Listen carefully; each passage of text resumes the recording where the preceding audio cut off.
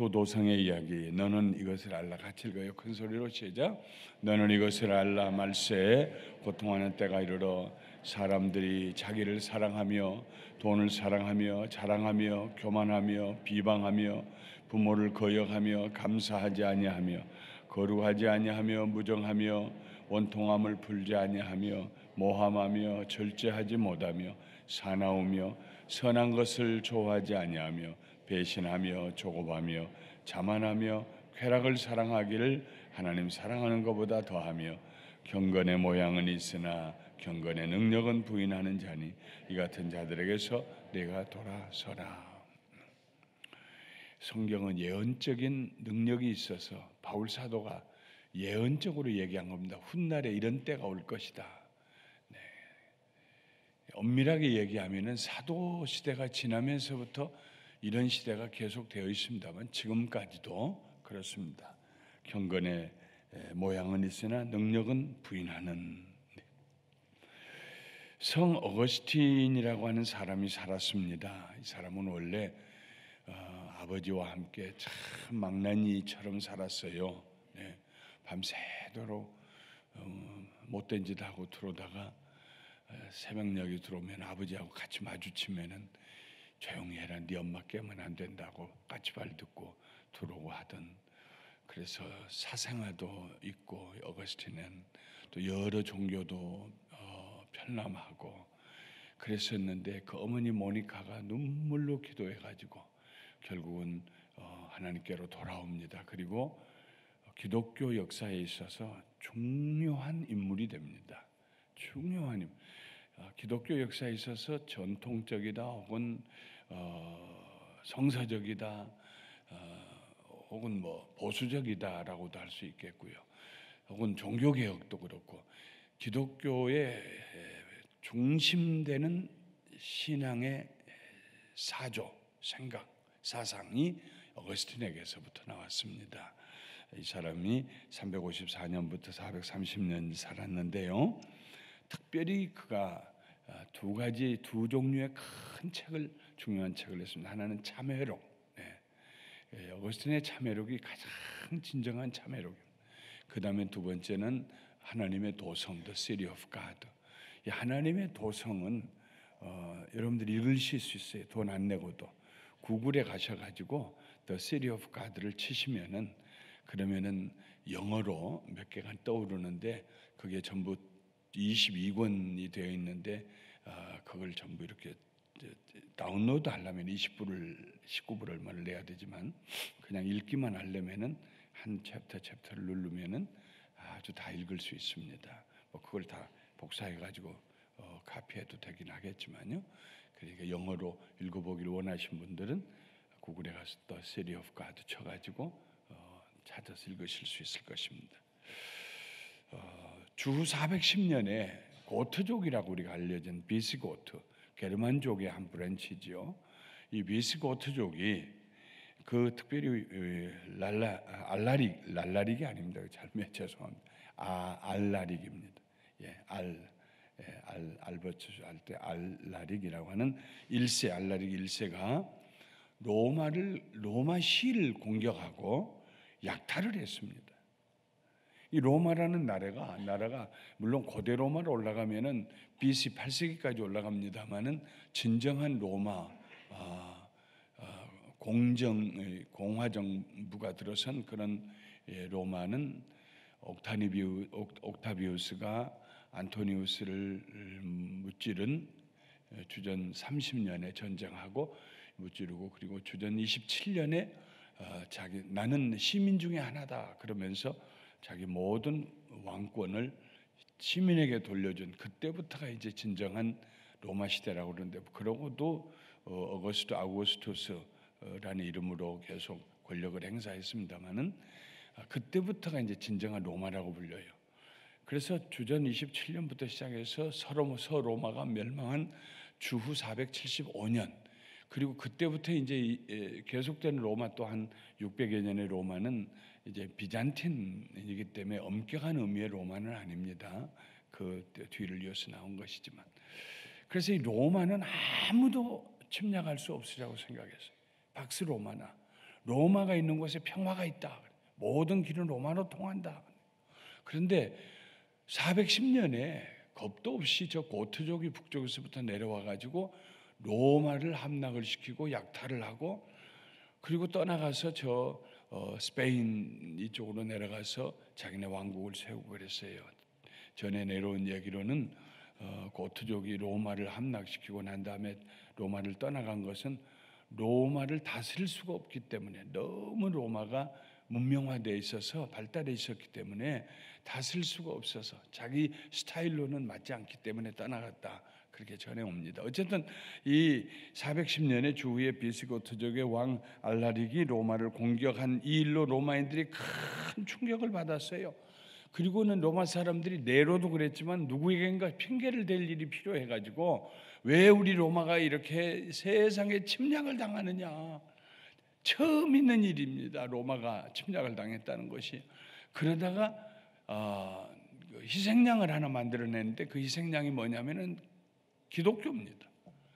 저 기독교 때문이다. 기독교가 와가지고 모든 우상들을 섬기지 못하게 하고, 컨스탄틴 대제가 313년부터 기독교를 받아들이고 그 다음에는 국교화가 되고 이러면서 기독교가 로마를 약화시킨 것하고 기독교를 비난하고 나서서, 그때 이집트의 북쪽에 있는 한 교구를 맡아 있던 감독 어거스틴이 일어나서 이 책을 씁니다.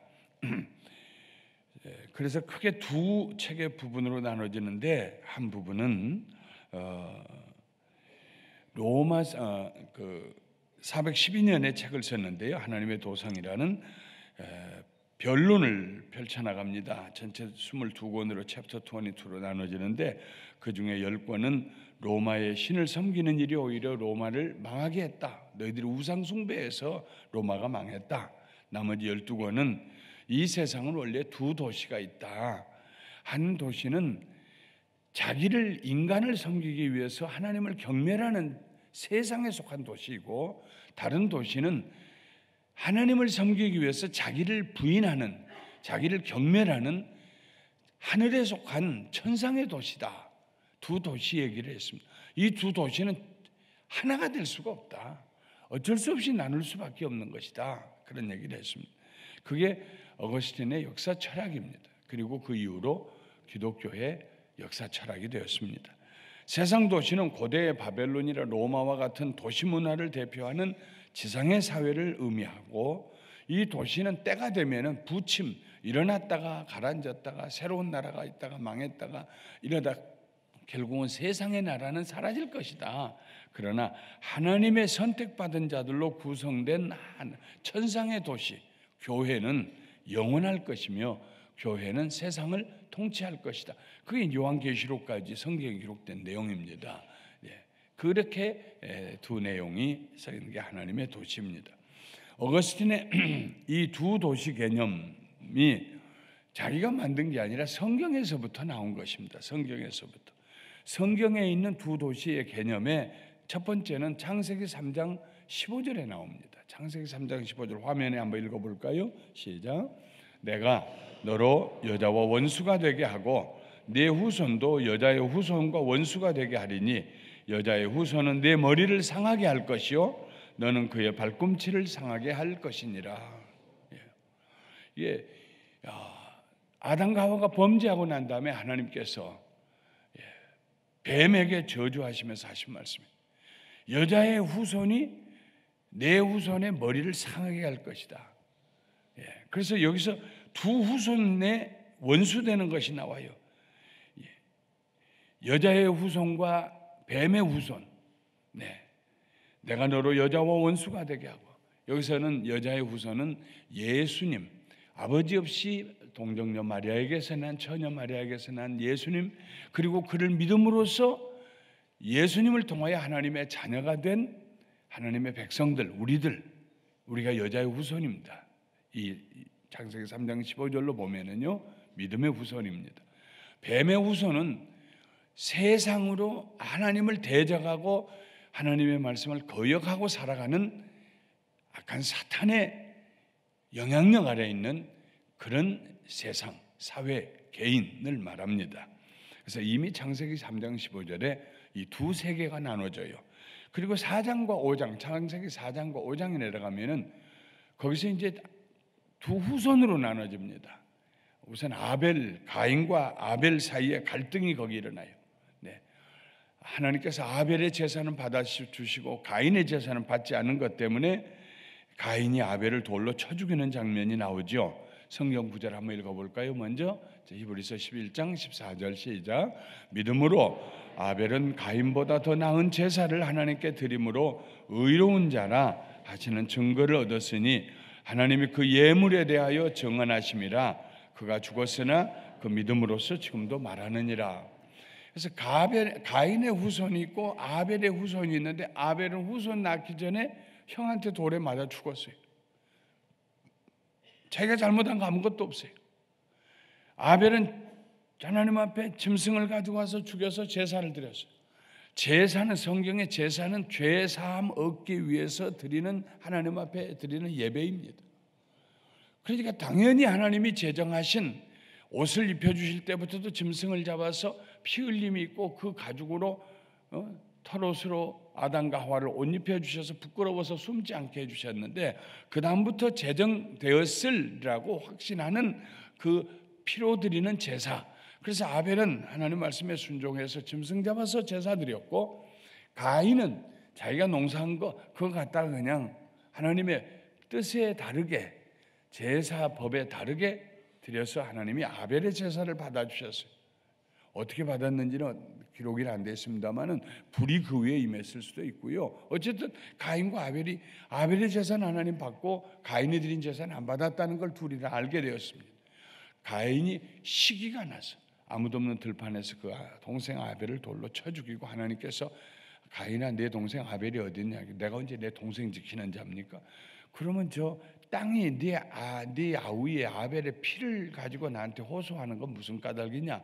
그때 자기 죄가 드러난 걸 알고 하나님 앞에 살려달라고 그렇게 하는 장면이 나옵니다. 그런데 그 뒤로 가인의 후손들은 대표적인 사람이 라멕이라고 하는 사람이에요.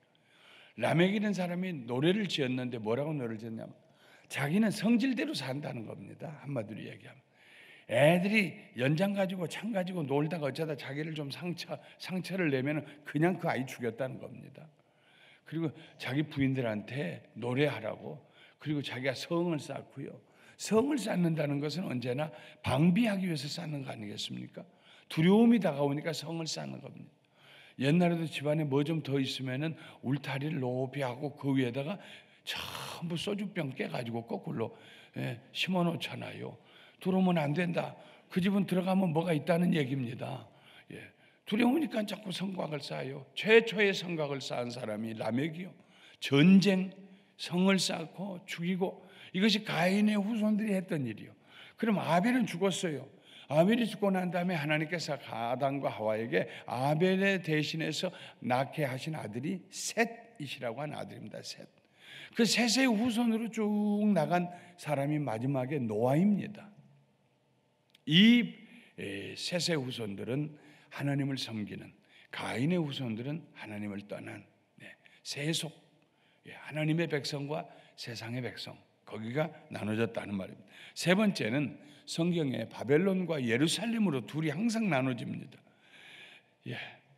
바벨론은 세속 도시고 거룩한 성 예루살렘은 거룩한 성이라고. 하여튼 요한계시록까지 이 바벨론과 예루살렘 이건 항상 대칭 관계에 있습니다. 우리 요한계시록 18장 2절 그리고 요한계시록 21장 2절 우리 화면보고 한번 읽어보도록 하겠습니다. 18장 2절 시작. 힘찬 음성으로 외쳐 이르되 무너졌도다 무너졌도다 큰 성 바벨론이여 귀신의 처소와 각종 더러운 영이 모이는 곳과 각종 더럽고 가증한 새들이 모이는 것이 되었도다. 바벨론은 각종 더러운 것, 음란한 것, 속이고 죽이고 이런 세속적인 도시, 영적으로 볼 때 바벨론입니다. 물론 지역에 있었던 로컬 바벨론이 이미 벌써 없어졌습니다만 영적으로 볼 때 바벨론의 세력이 있어요. 그런가 하면은 거룩한 성 새 예루살렘, 또 읽어요. 시작. 또 내가 보매 거룩한 성 새 예루살렘이 하나님께로부터 하늘에서 내려오니 그 준비한 것이 신부가 남편을 위하여 단장한 것 같더라. 거룩한 성, 거룩한 사람들이 사는, 백성들이 사는 거룩한 성이에요. 이것은 저 이스라엘의 수도 예루살렘을 의미하는 건 아니에요. 그 예루살렘도 얼마나 버림받았고 우상을 세워놓고 그랬습니까? 물론 훗날에 하나님께서 회복시키시겠지만 이게 영적인 두 성입니다. 바벨론 성, 거룩한 성. 음란한 생활을 하고 술에 취하고 난잡하고 이건 바벨론 성에 속한 사람들. 하나님을 예배하고 거룩한 생활을 하며 하나님 앞에서 말씀을 따라 순종하고 살기 위해서 자기를 쳐서 복종시키며, 이 사람은 거룩한 성 예루살렘에 속한 그 성의 백성. 이게 영적으로 나눠진다는 것입니다. 이 세속 도시, 성경으로 보면은 이 세속 도시는 크게 창세기 33장 15절, 또 가인과 아벨, 또 바벨론과 예루살렘으로 증거가 되고요. 그 다음에 세속 도시는 어떤 도시를 말하느냐? 세큘라 시리는 인간의 도시요, 인간에 의한 도시요, 인간을 위한 도시다 하는 것입니다. 인간의 도시라는 것은 인간이 주인이기 때문에 하나님이 들어갈 자리가 없어요. 하나님이 그 인간의 도시에, 세속 도시에 들어갈 자리가 없어요. 16세기, 17세기, 18세기의 계몽주의, 인라이트먼트, 그 계몽주의가 판을 칠 때, 이성을 가장 중요하게 생각하는 계몽주의가 판을 칠 때 그들은 하나님을 어떻게 얘기했냐면은, 하나님은 마치 시계를 만든 시계공과 마찬가지다. 시계를 만든 시계공이 시계를 만들어 놨으면, 큰 괴종 시계를 만들어 놨으면 시계가 저절로 가는 거지. 와가지고 밤낮 이리 가라 저리 가라 그러는 거 아니다. 마찬가지로 하나님이 세상을 창조하셨다는 거 우리가 인정한다. 이 크리스찬들이 계몽주의를 받아들였거든요. 그러니까 하나님이 세상을 창조하셨지만은 그냥 한번 창조해 난 다음에는 다 이성적으로 과학적으로 저절로 가지, 하나님께서 섭리하시고 관여하시고 안 그런다. 그러니까 그때부터 기독교에 하나님을 위한 자리를 뺏었어요. 그게 계몽주의입니다. 잘못돼 가지고 세상에서는 계몽주의를 굉장히 좋게 생각합니다. 기독교적으로는 아주 기독교의 정통 신앙을 잘못되게 한 그런 것입니다. 그래서 하나님 없이 기독교가 존재해 보려고 했고, 지금까지도 그 흐름이 계속이 되고 있습니다. 인간의 도시는 하나님께서 관여하시지 못하게 하는 도시. 두 번째, 인간의 도시, 인간에 의한 도시요. 결국은 우리가 창조한다. 요즘 과학이요, 결국 어디까지 가려고 하면 창조해서 사람을 만들어 보고 싶어하는 데까지 가지 않습니까? 그게 그 배후에 숨어 있는 인간이 창조자가 되어 보고 싶어하는, 다른 말로 하면 창조주 하나님을 거절하는, 세상은 빅뱅 할 때 태어난 거지 하나님 만든 거 아니다 하는, 이것이 인간에 의한 도시입니다. 인간의 가치가 최고의 가치가 되는 거예요. 세 번째는 인간을 위한 도시입니다.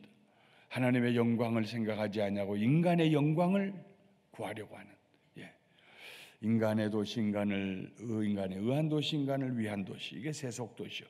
그 하나님의 거룩한 도시는 어떤 도시인가? 세속의 도시는 눈에 보이는 도시입니다. 하나님의 도시는 눈에 안 보이는 도시입니다. 눈에 보이는 세속 도시는 사라질 때가 오지만 눈에 안 보이는 하나님의 도시는 영원할 것이다. 하나님이 그 도시의 생명이 되시기 때문에 세상 도시에는 생명이 없어요. 허무가 판을 쳐요. 그래서 세상적인 유혹에 빠져 세상적인 걸로 즐거워 보려고 그래. 술을 마시고 즐거워 보려고 그러고, 쾌락을 쫓아 즐거워 보려고, 뭘 많이 모아서 즐거워 보려고 그러고, 그런데 허무해. 남는 게 없어요. 그러나 하나님의 도시는, 거룩한 도시는 하나님의 생명이 있기 때문에 내가 병이 들 때에도, 내가 어려울 때에도, 내가 고난을 당할 때에도 마음에 하나님의 부어주신 생명, 그 생명을 소유한 사람은 영원한 생명을 소유한 영생의 사람들, 생명을 소유하고 있다는 것입니다. 산자의 사람들입니다. 본래 이 거룩한 도시에 태어난 인간은 아무도 없습니다. 굉장히 중요한 얘기예요. 거듭남을 얘기합니다. 본래 하나님의 거룩한 도시에 태어난 사람은 아무도 없습니다. 예수 믿고 그 거룩한 도시에 들어가서 그 거룩한 도시의 시민이 되는 것이, 천국 시민이 되는 것입니다. 우리 모두가 예수님 믿고 구원받고 거듭나서 하나님 백성이 되었다는 것입니다. 세속적인 도시는 세속적인 교회가 있어요. 교회도 세속적인 교회가 있고 거룩한 교회가 있어요. 세속적인 교회는 경건의 모양은 있으나 경건의 능력은 부인하는 교회입니다. 미국에서부터 시작된 세속화 운동이라는 거 신학적으로 있습니다. 제가 신학교에 다닐 때 아주 이것이 그냥 제2의 복음인 줄로 생각했을 때가 있습니다. 하비 콕스라고 하는 사회학자가 세속도시 The Secular City라고 하는 책을 써냈는데 엄청나게 유행했습니다. 그때 뭐 이건 마가 누가 요한복음 다음으로 제5복음이라고 할 정도로 신학교 교수들이 막 다 가르치고 해서 그의 책에서 그가 주장하는 것은 세속의 도시를 성경이 이제까지 했던 것처럼 양분해서 보는 것이 아니라 저 세속 도시도 선한 도시다 그렇게 생각하면서 들어갑니다. 그러므로 저 세속 도시를 부인하기보다는 긍정하고 성원해야 된다. 그는 유대적 기독교적 전통, 주데오 크리스찬니티, 우리는 유대의 전통을, 유대교의 전통을 둔 기독교회. 그래서 구약도 받아들이잖아요. 그래서 이 원래 가지고 있던 우리의 전통적인 기독교 사상을 변질시켜 가지고 세상과 비슷하게 하고 서로 융합하게 하려고 하는, 세상 교회와 세상은 서로 대결하는 그런 것이 아니고 서로 보완해 줄 수 있는 것이다 이렇게 했습니다. 그러다 보니까 잘못해 가지고 성도들이 가서 그냥 술자리도 가서 아무렇게나 앉아 있고, 이번 신학교 졸업한 목회자들도 신학교 그냥 가서 술자리 마시고, 세상에 그게 1960년대부터 시작해서 미국에서 시작된 세속화 운동, 이것이 교회를 정체성을, 교회의 거룩한 정체성을 결단을 냈습니다. 경건의 모양은 있으나 경건의 능력은 없어요. 그런 뒤로 교회는 어떻게 되기 시작했냐? 세상의 지혜에 의존하기 시작했습니다.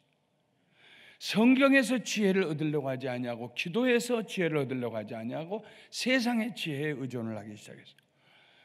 한 2, 3년 전에 한국에 가서 한 100여 명의 참 중견 목사님들이 40대 중반부터 50대 중반까지 어느 교단의 중견 목사님들이 모여서 교회 앞으로 어떻게 할 것인가를 세미나한 자리에 제가 한번 같이 가서 앉아 있었어요. 거기서 제가 깜짝 놀란 것은 한국 교회들이 어려워지니까 이 문제를 해결하기 위해서 어떻게 해야 되겠느냐 하고 불러다가 강의를 듣는 사람들이 사회학자들이었다.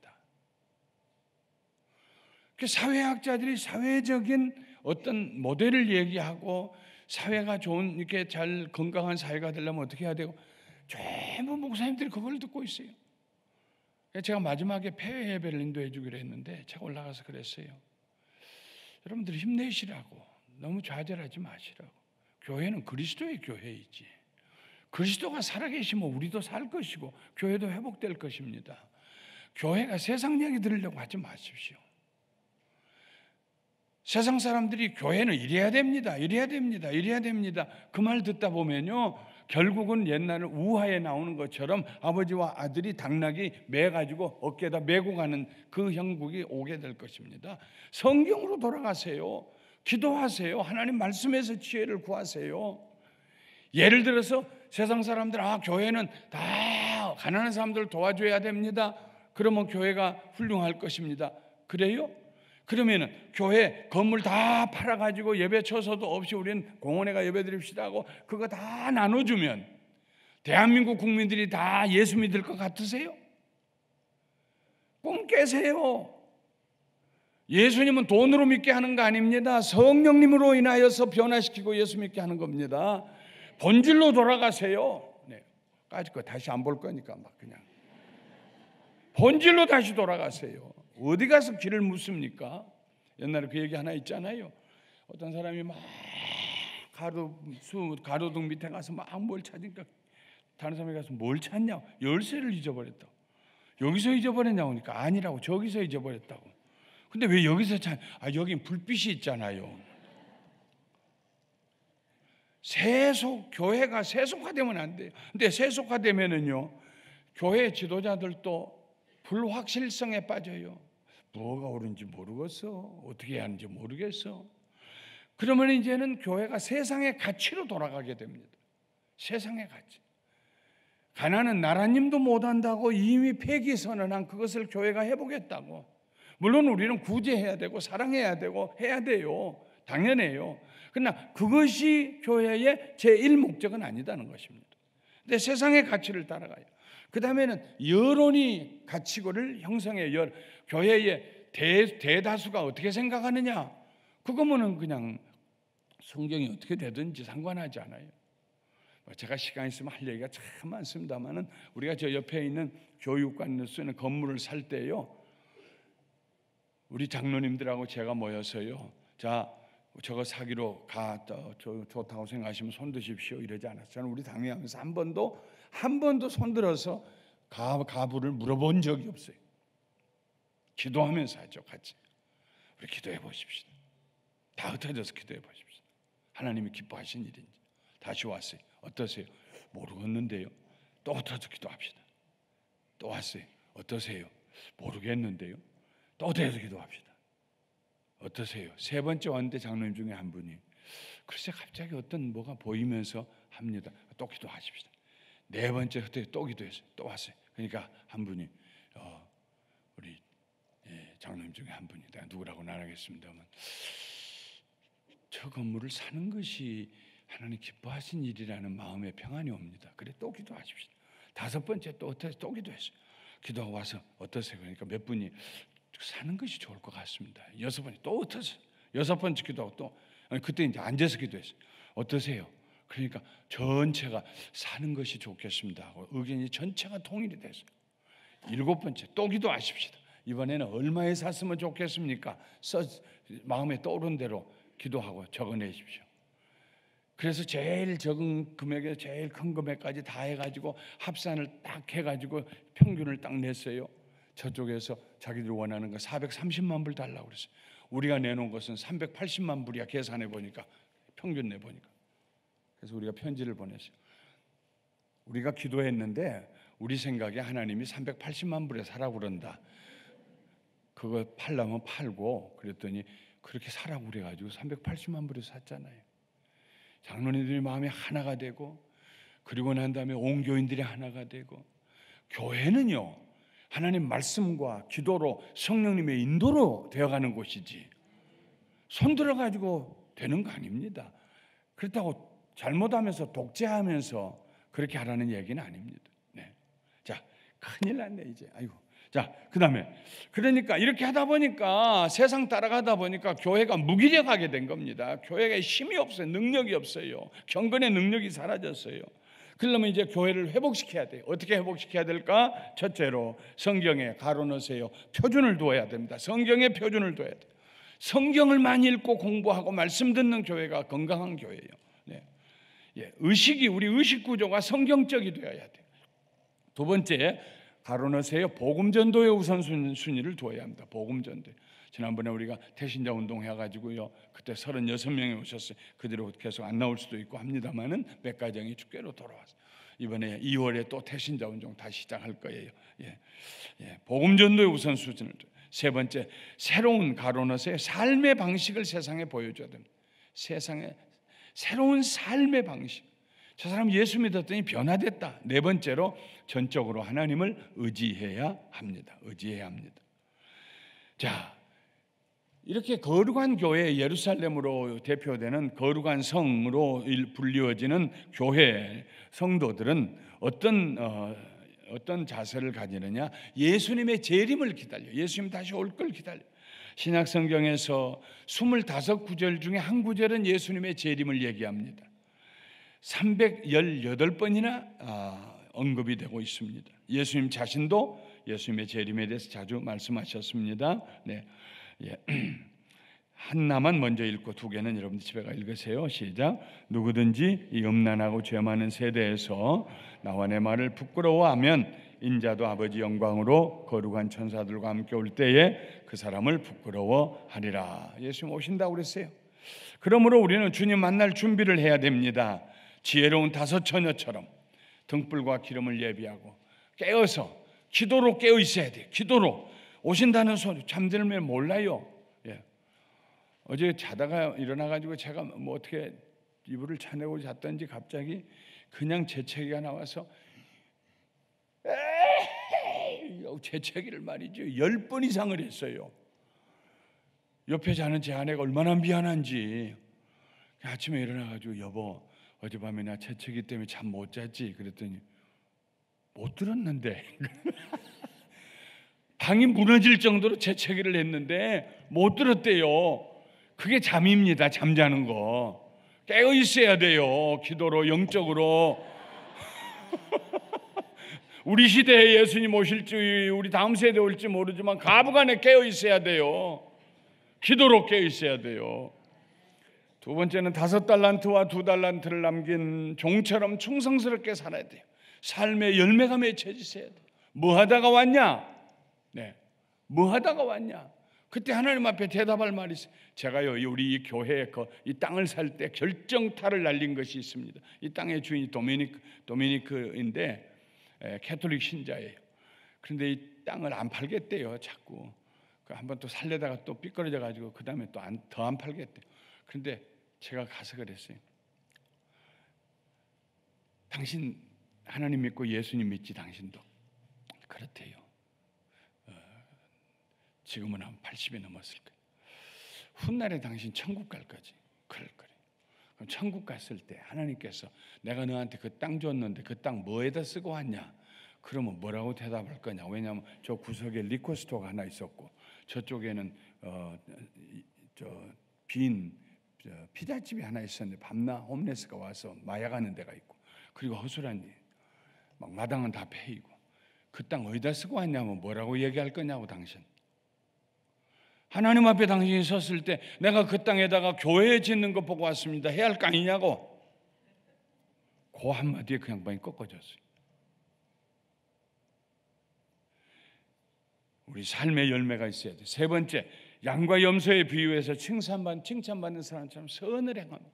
오늘도 보니까 우리 저 펠로십에 막 음식을 많이 싸놨어요. 내일 이제 그 음식 나누는 날이 되기 때문에 그 음식 나누는데 일 같이 하신 분들이 얼마나 많은지 몰라. 김장로님 20명이요? 25명이요? 25명 정도 얼마나 수고했는지 몰라요. 예, 선한 일 해야 돼. 우리가 인생 살면서 마지막에 우리에게는 본향이 있습니다. 돌아갈 본향이 있습니다. 우리 사는 동안 예수님 오시면 좋고 안 오시면 우리가 예수님 계신 곳에 갈 거예요. 예수님이 계신 곳은 우리가 예수님 만나는 곳입니다.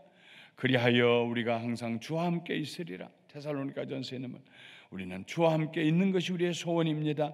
거기 주와 함께 있을 그 시간 천국에 가서는 우리 모두가 변화될 거예요. 사랑하는 자들아 시작. 사랑하는 자들아 우리가 지금은 하나님의 자녀라.